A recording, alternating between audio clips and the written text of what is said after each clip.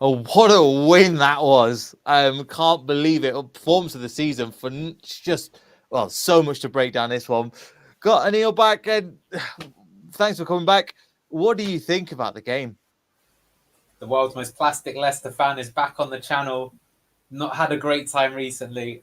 That was absolutely superb. I very much agree with you. I think that was performance of the season by miles. I think from minute 1 to minute 91, we were fantastic. Everything about that.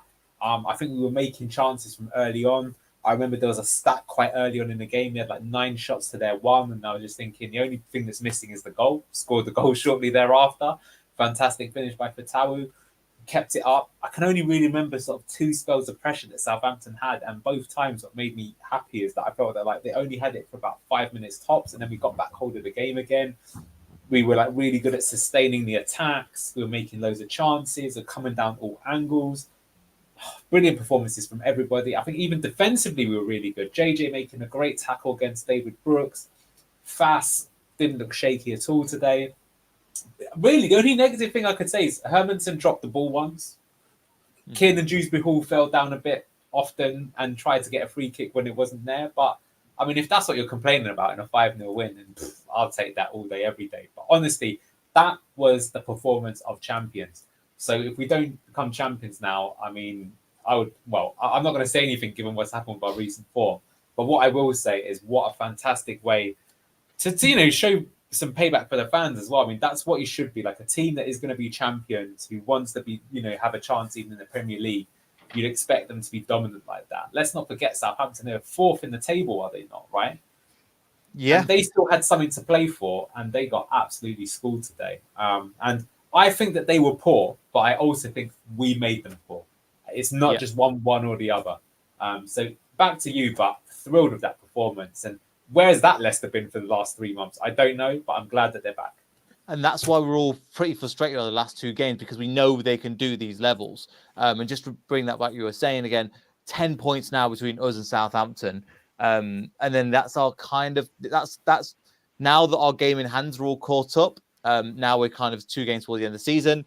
But granted, Ipswich have 3 games in one place. I mean, it's fantastic. And again, 10-point gap now. But coming into the start of the game, I just want to get your thoughts on initially, because when we started the game, it was quite, there were, when we played against them in the reverse fixture, we kept playing balls where it was like they were getting themselves into loads and loads of trouble, which I think they did eventually towards the end of the game.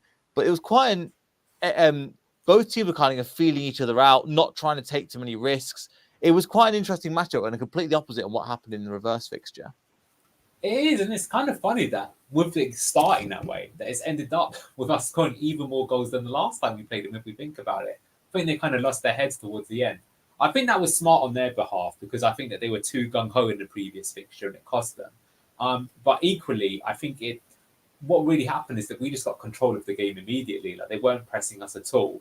And then that meant that it was quite easy. I think there's a few times, I remember once where it kind of zoomed up on Fass, and Fass was just like laughing, and he just looked so relaxed. And I think that just shows you. Do you know, sometimes when you're playing, you're just like, even if they score, I'm just like, no, I'm not even bothered. As the comedian would say, Catherine, he's just, I think they just knew that they were going to get it there. So look, I think it was interesting, as you say, because the first game was the complete opposite of that. It was like Marcelo Bielsa murder ball style match with basketball going back and forth. So I think it was smart from their behalf. I can say that I was actually kind of hoping when we came into this game that we were going to play more of the counter style that we played against them the previous one, because I thought for us, there's no rush.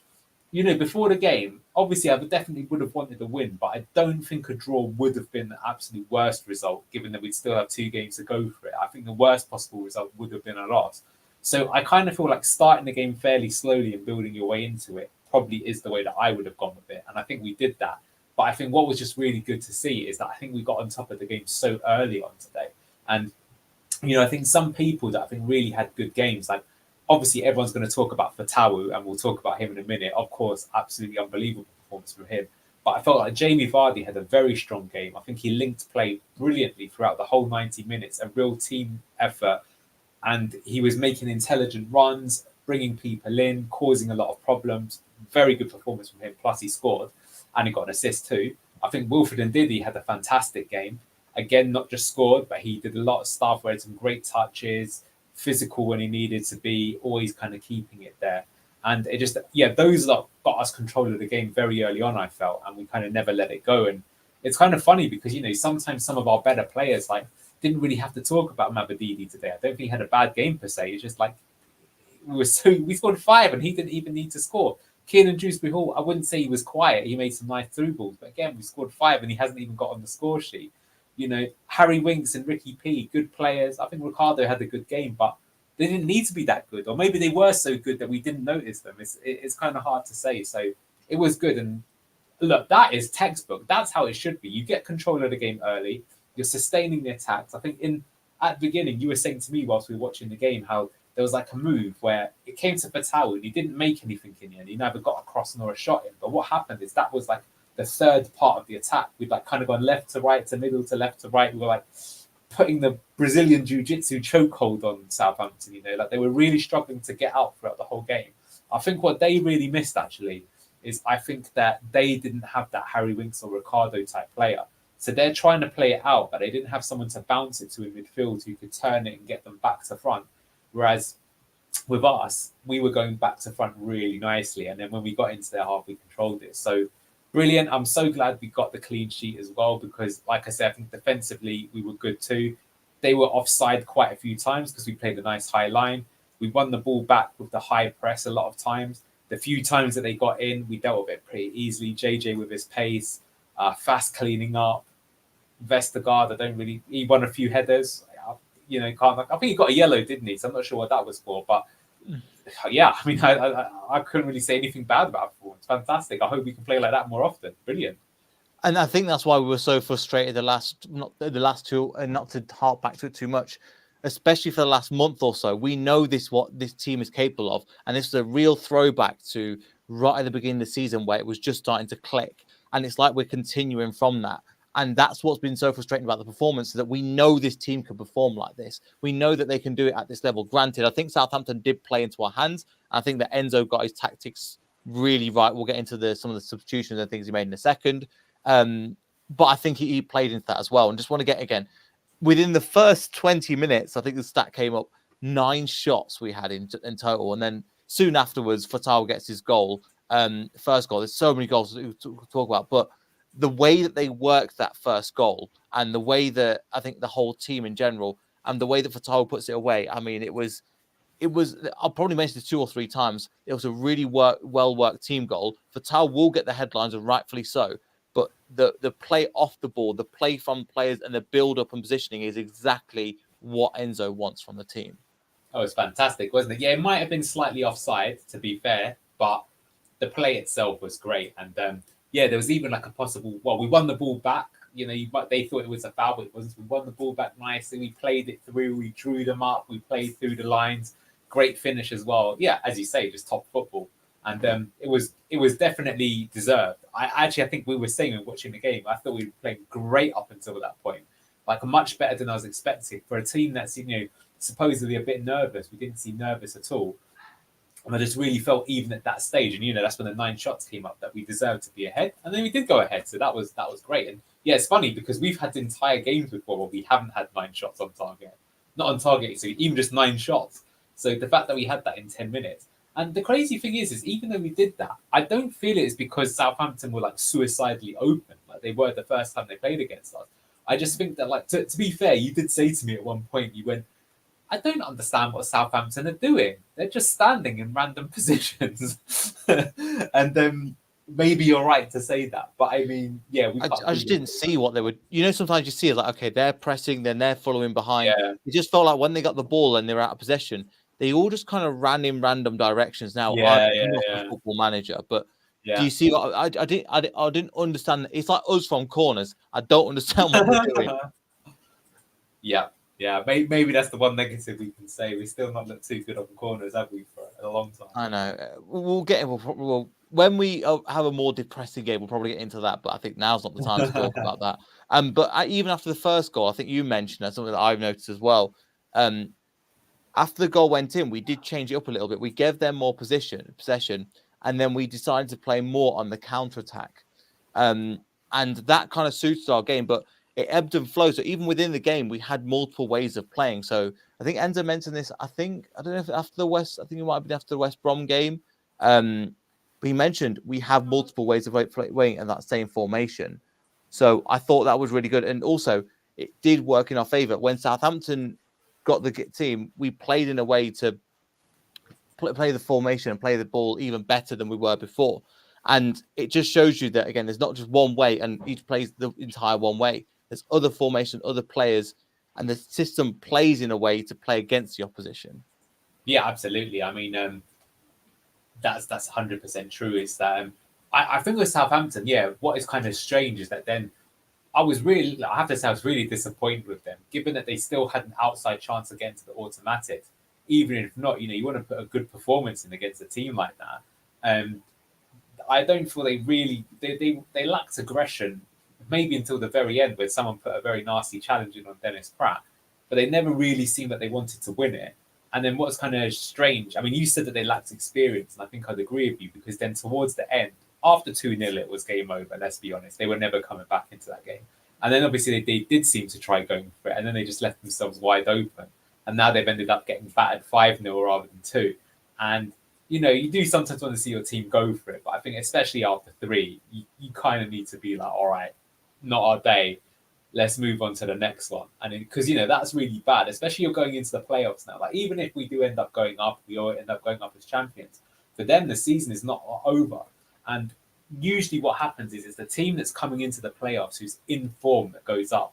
That's why, let's be honest with you, we're bricking it. Because like, if we were to go into the playoffs, right, because you'd be the team that bottled the 17-point lead, you just know that is not the team you're going to bet on that's going to win the playoffs. The team you win on getting in the playoffs is like the one that squeaks in on the last day. They won like 5 games in a row. Or maybe they were in there the whole time, but they just won 4 out of their last 5 games. They look really good. Like that's the team that you would back, right? And they don't look like that, I've got to say. So I think, which is weird because, I haven't followed them for a while, but my understanding is that they really turned it around with an impressive run of form. And, I've got a mate who's a Leeds supporter, and he was saying at this rate, friggin' Ipswich and Southampton will be the 2 teams to get automatically promoted, which it kind of looked like maybe even 2 weeks ago. So crazy that it's so bad. I mean, that's a nice looking table. One more win, and it's one done. more win, but again, 100 points are within our sights as well. Well, we should get that. I mean, I have to be honest with you, Neil. I am disappointed that we're not going to get the points record. Like look, 10 games lost is pretty poor in my opinion. Yeah, that's you're losing the game every 5. That's as many as for how Southampton expensive have lost. this team is and how good we were. Like, I would rather say Ipswich. They've drawn a lot of games, so that shows you they've got some heart to get back into it. I do think there's been too many capitulations, but look, I think it's quite bad form of me to be negative on a night where we've comfortably had our best performance and best result of the season. So I was impressed. Yeah, I know what you mean. I was too, and just get into the comments as well. Sean's like, what we needed pretty much. Again, even I didn't expect it to be this good. I thought we'd win 3-2. I thought Southampton were more in the game, but I'm so glad again 5-0. How enjoyable was that last 10 minutes? Oh, the whole game was enjoyable. Genuinely, it was the first 20 minutes were like, this is great, but we're not creating the opportunities we could do. Yeah, they could get us on the break, maybe. You never know. Yeah. After that, and then we got the goal. Fantastic. Then I came into half time. I don't know about. I remember mentioning to you when we were watching the match at half time, going, God, that went really quick. I'm really enjoying this. Compared to even the West Brom game, as good as that game was and the resilient performance, let's be honest, West Brom did have the better opportunities and missed them, and we held on for dear life. We were lucky to get the win in that game. It's as simple as that. Yeah. If they'd have won that game, you wouldn't have been able to say anything about it. I do think we made plenty of chances in that game, but the quality that they had, like I said, I've been impressed with West Brom in both the games we played against them. I mean, it's interesting that they may not even make the playoffs because they look properly good to me. That I think you would hate to play with that team. I think the players have kind of sorted themselves out at the moment. Yeah. You look at Hull and West, so it looks like, again, unless Norwich and West Brom have a catastrophic fall off and Hull City go on, no, even then, I think mathematically, well, they could still do it, but it looks like that is going to be the Ipswich. Well, Ipswich, Southampton, West Brom, and Norwich look like the playoff, which is a brutal playoff. I'm shocked Norwich have got in there, to be honest with you. They have Yeah, not looked too good to me. Every time I've seen them play, I've not been impressed. I would say, yeah, the 3 teams below them look, were way more impressive. yeah, Hull, Coventry, and Borough. Wow, Coventry. Now they still got some games in hand, Coventry, but they'll have to win them all. yeah. It is possible, but again, they're a potential one where they could win a couple of games, then get that 6th spot, as you were saying. That puts them in a great position to come into the playoffs as well. But And then obviously, coming I've into seen that FA Cup semi-final they had against Man United, and they were just so unlucky not to win that. I mean, look, we don't like Coventry here, but I'm all for the underdog, and it does feel like it's only a matter of time before they get promoted. In my opinion, I think that they're, with Mark Robbins there, they're going to keep him, aren't they? If he's rescued them from League One, got them to an FA Cup semi-final and a playoff final, if they keep investing in that squad, because I think what's happened is that they signed a lot of players. Their players didn't come off immediately, but now they're starting to get good. And they'll probably go again in the summer. So, yeah. But look, hopefully we don't have to go anywhere near the playoffs. And quite frankly, I don't want to. Yeah, I'm with you. Ali, you've been writing this all over social media for the past Southampton fan, as far as South London, Crystal Palace fan. It's just been all over, but big up to you. And again, it's just some of the balls and some of the things we were playing. Actually, trouble was long ball past triangles, left open space at the back. I guess so. But at the same time, it was like we exploited that as well. We made sure to press in the right way and play some good football. I mean, just want to get into second half as well, because they started. I want to say they were in control of the game. There was something early on where something that might not be picked up on. Brooks had a brilliant pass through, and James Justin made an incredible save to keep. Again, that was basically a 1-on-1, and it was a 1-on-1 that could have gone through to the keeper, but also could have gone through to put that ball away in the back of the net. Yeah, and for a penalty. That was still a bit fortuitous from them, though, because what happened is it came into Dewsbury Hall, who miscontrolled it, and then he went down like he got fouled, and he never got fouled in a million years, and then we were through. I do have to say that is still, like, it's funny, because like we'll probably do this in a few weeks' time when we do like the end of season review, because sometimes I feel with Leicester that we're guilty of like not really going for it, and we're being too safe and a bit too passive. But to be fair, the thing is that like, in modern football, it's like transition is what kills you. So that's what's happened there. Really, a half a mistake, or a mistake, you could say, from Kieran Dewsbury Hall, so he loses it. But all of a sudden, because his space isn't there, whereas before you were looking solid, it's just super easy, like a hot knife through butter, just to be like, ball through. And so someone's done that, and then they're 1-on-1 on keeper almost, and they could score. And they would totally not have deserved that, right? They did, pardon my language, fuck all up until that point, right? But they could have scored there. Brilliant defending from JJ. He's half a yard behind. And at first I thought, is that going to be a penalty? But when you look at it, he got to the ball comfortably and made a really good contact on it. So very good defending from him.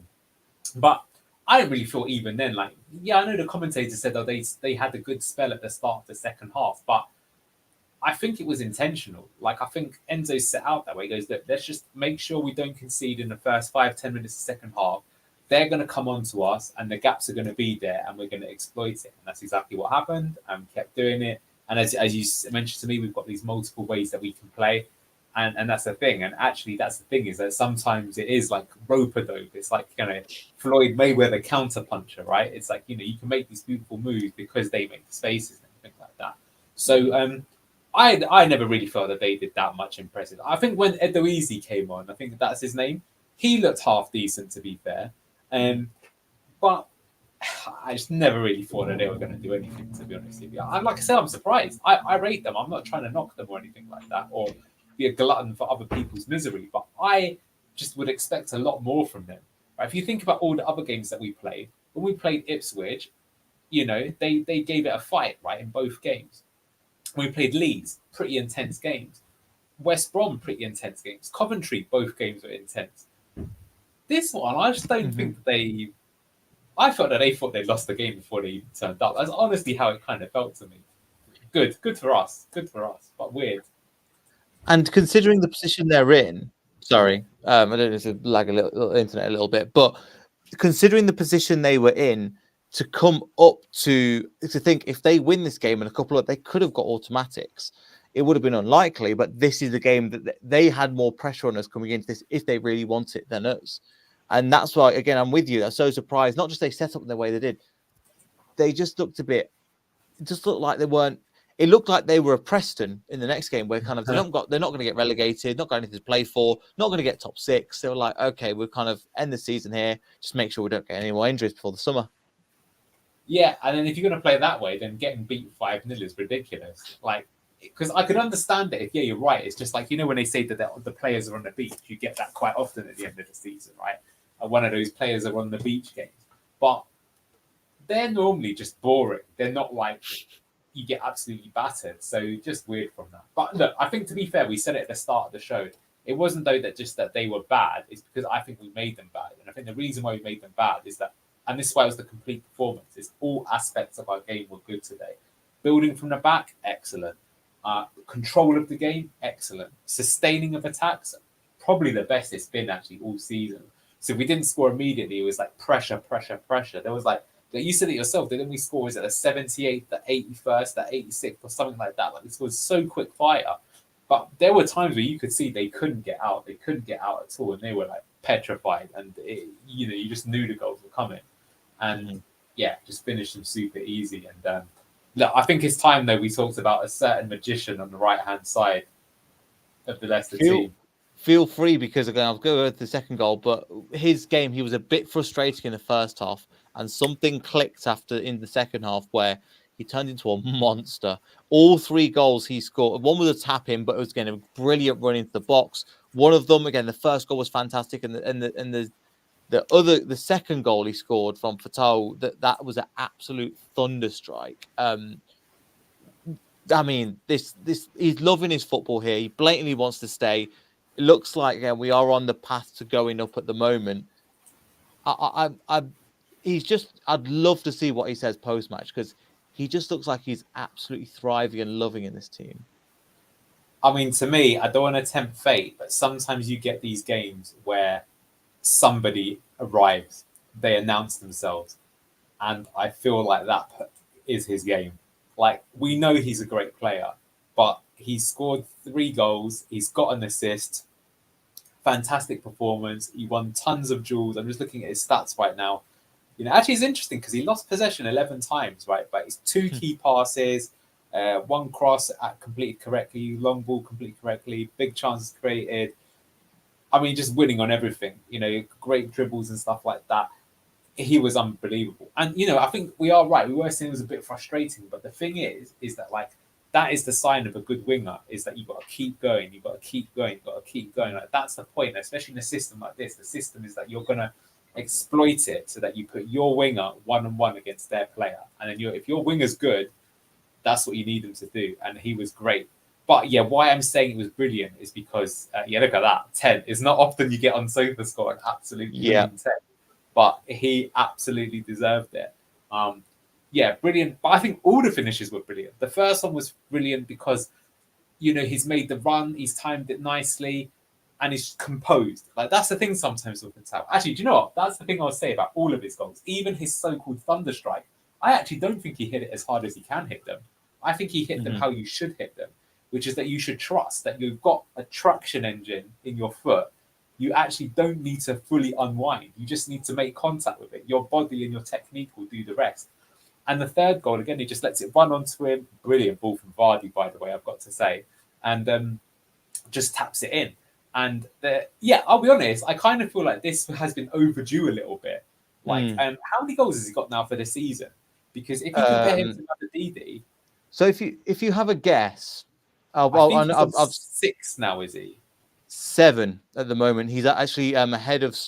He's got 7 goals, and he actually got an assist in this as well. 7 goals and 12 assists. So that's great numbers.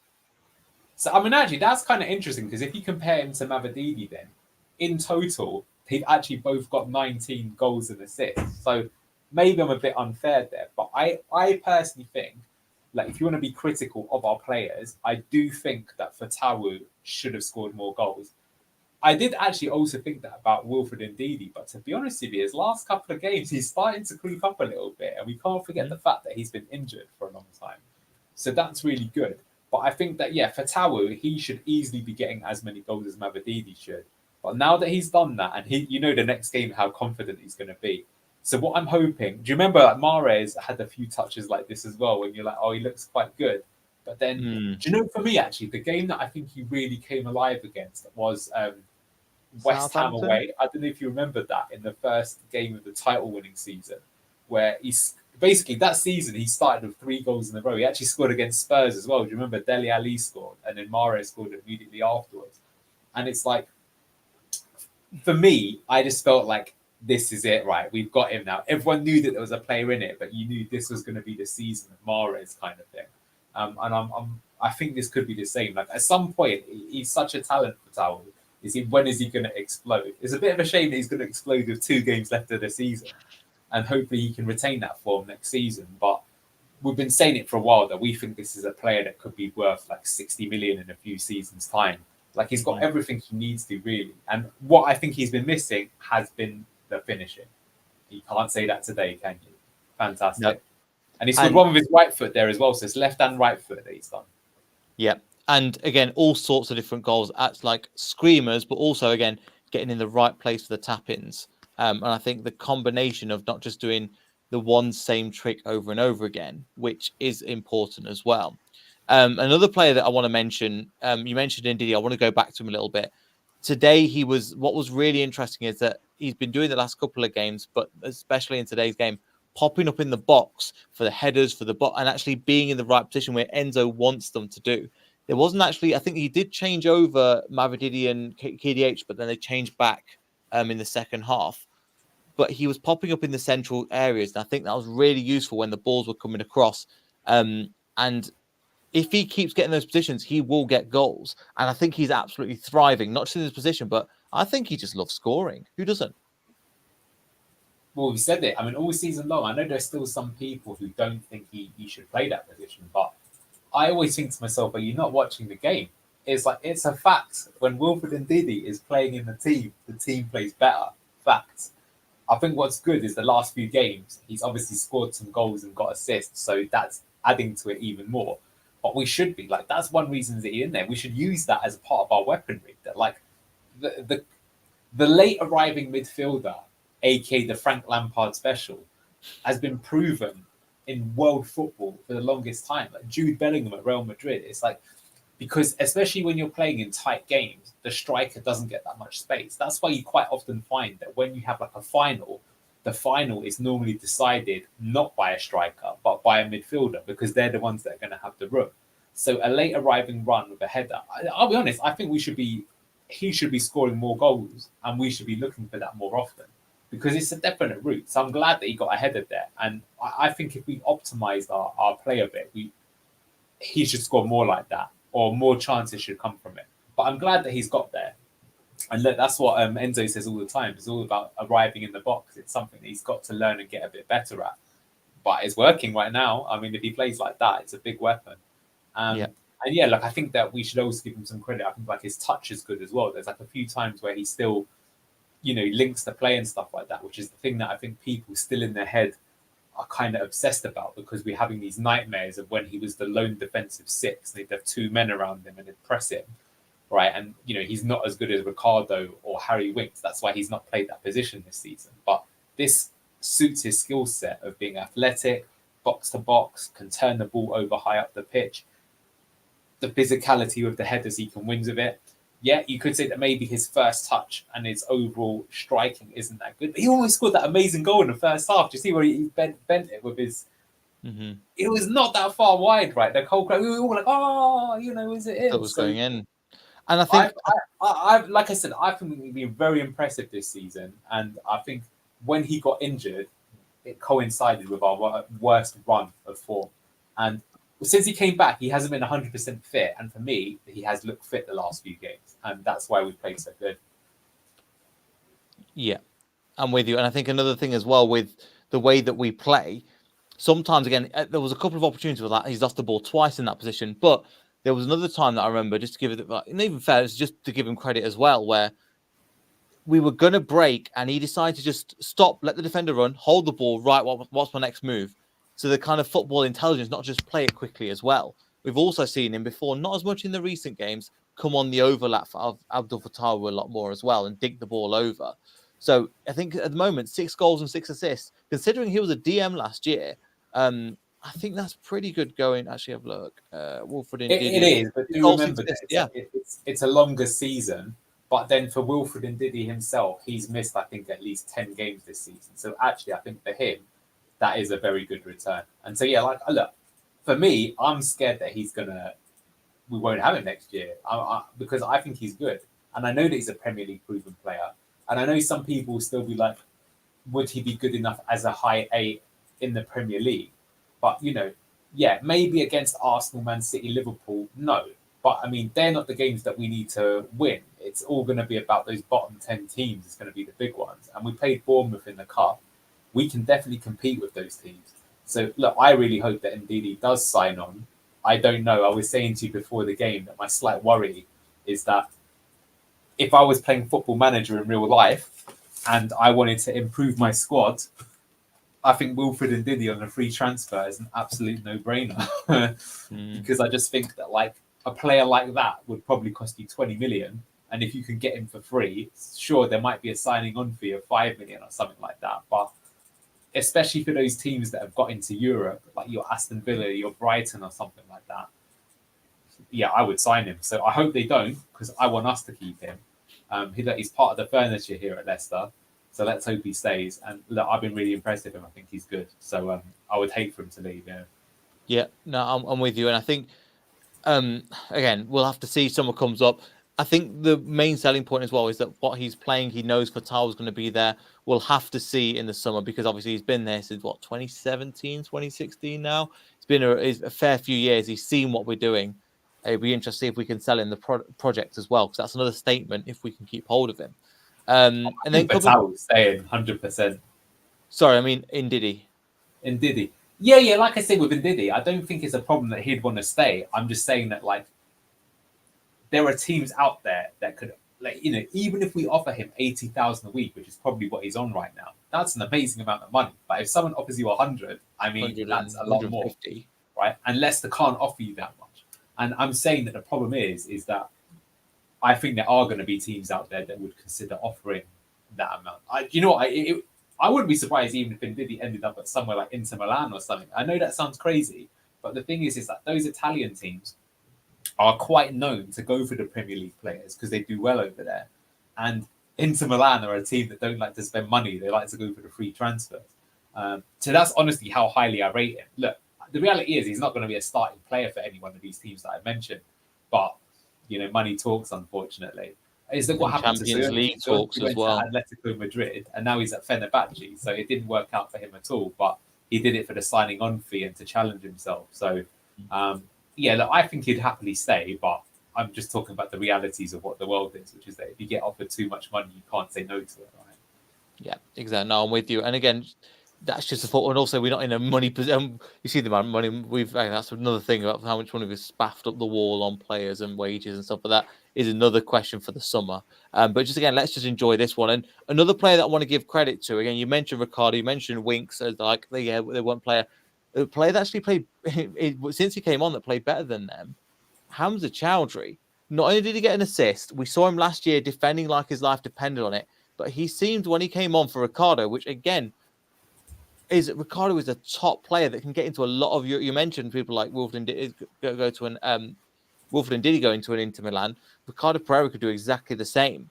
But another player, but Hamza Chowdhury in this game, when he came onto the pitch, he improved that team. And I genuinely mean that because, oh my God, the way that we did play the game and the way that he was not just winning the ball back high, the quickness and the eagerness to we're going to press this now. We're going to go and win.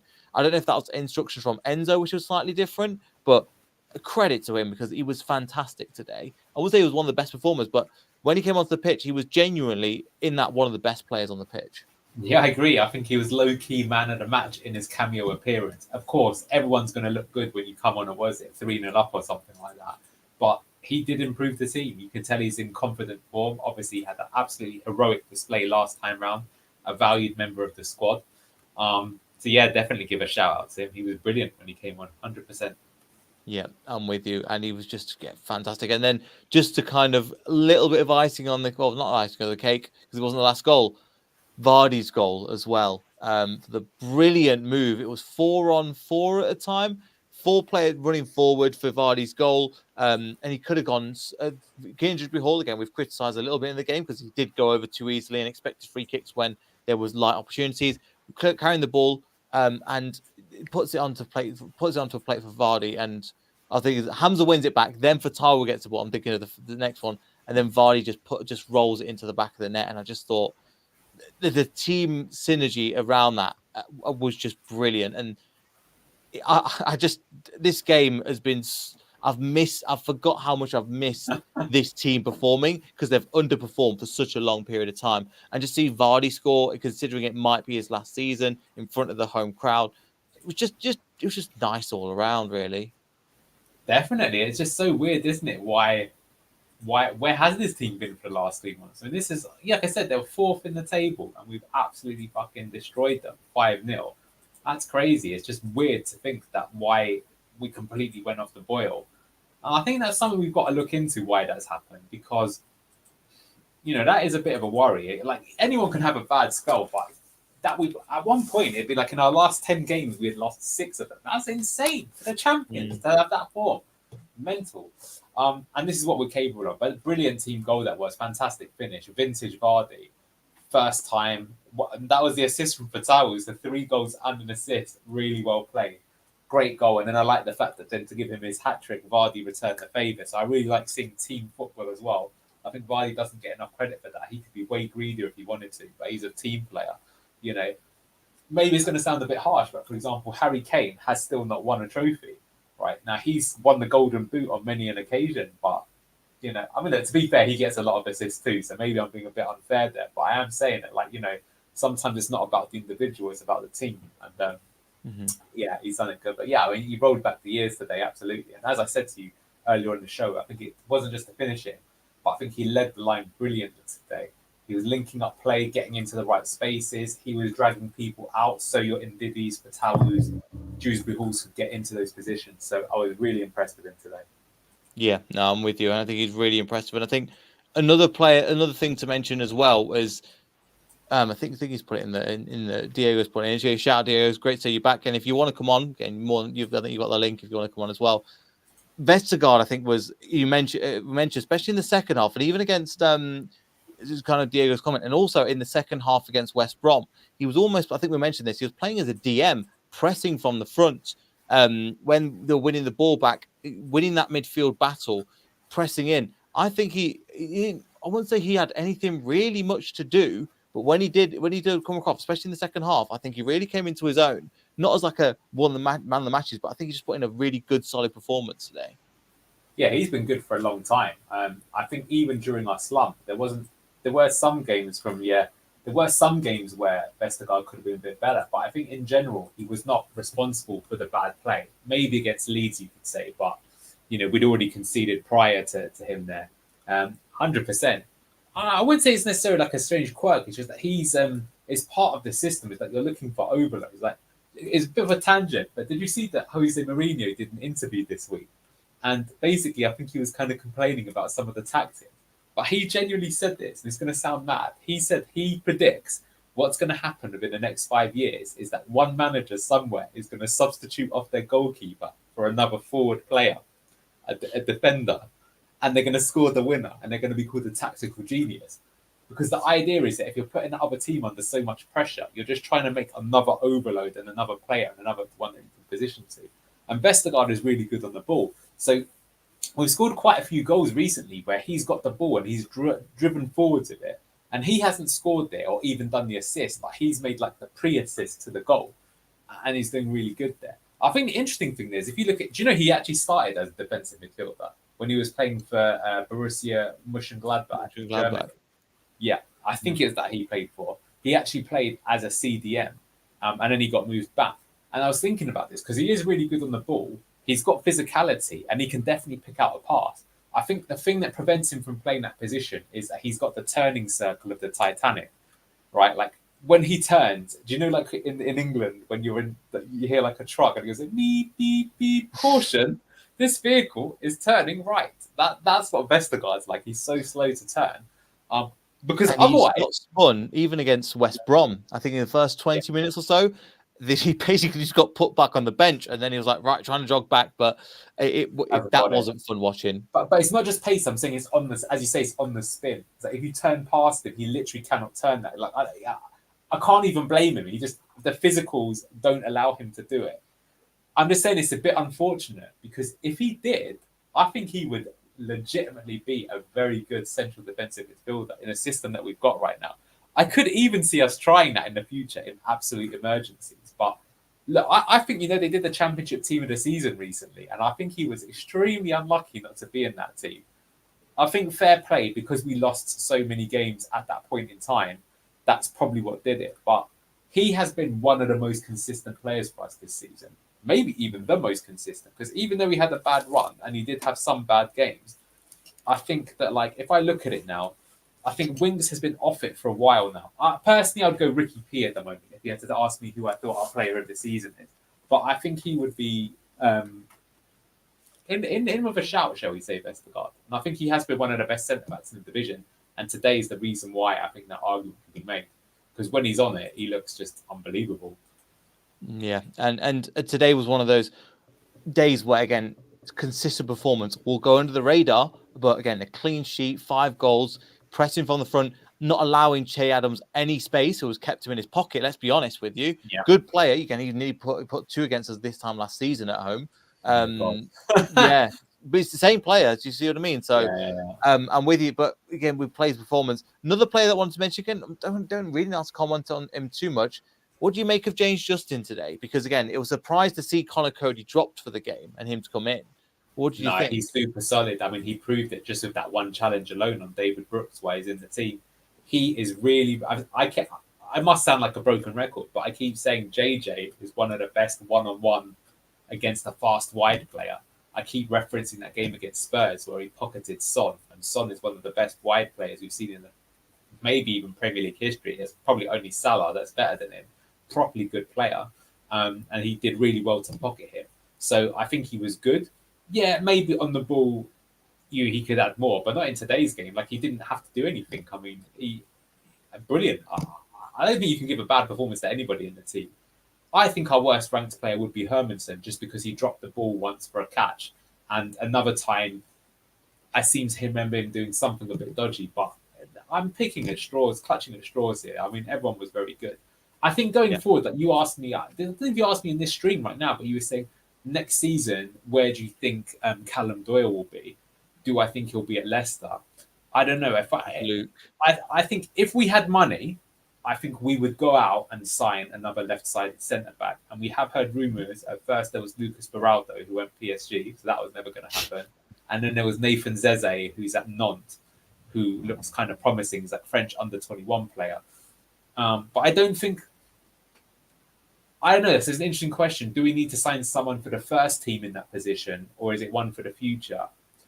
I think you could get a player who's kind of a hybrid between Doyle and JJ. So I think if you had someone who is as good on the ball as Callum Doyle, but was as fast and as physical as JJ, you would have the perfect player.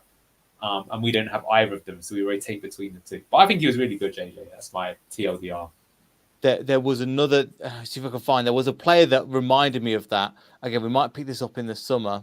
But what is it called? Fossop. I'll see if I can find the name of a player when I go. That is the player that we want to mention. But again, Luke, this is completely unnecessary, man. Thank you so much. Why have you donated money here? You should just be here. Again, I know why, because he's just seen us win 5-0 and he's happy like the rest of us are. Two Aussie dollars per goal, eh? But again, Luke, I feel bad, man. Again, you shouldn't have paid that. Thank you so much. Really appreciate it. Luke. But big up, Luke, and appreciate the content. Appreciate you as well. And thank you for hosting the matches and stuff like that for us to watch as well. If anybody doesn't know, the only time he's been happy to get the score prediction wrong, because he went for 3-0, and I thought that was optimistic, and he's just like, wow, it wasn't. We were watching the game with him, and he said, I really hope we go for the throw. Well, he got his wish, so Enzo done him good. Yeah, I'm with you. I'll see if I can find the name of the player. I'll see if, I'll put it in the. I'll put it in the private chat for you. But that's the player that we've linked with at the moment. Yeah. Eric Junior, which is kind of that hybrid. I've not looked too much into him, but yeah, in general, that's pretty much all I've got. Again, Vestergaard came off. Connor Cody got a few minutes. Fatawu came off, and then McAteer came on, got a few minutes.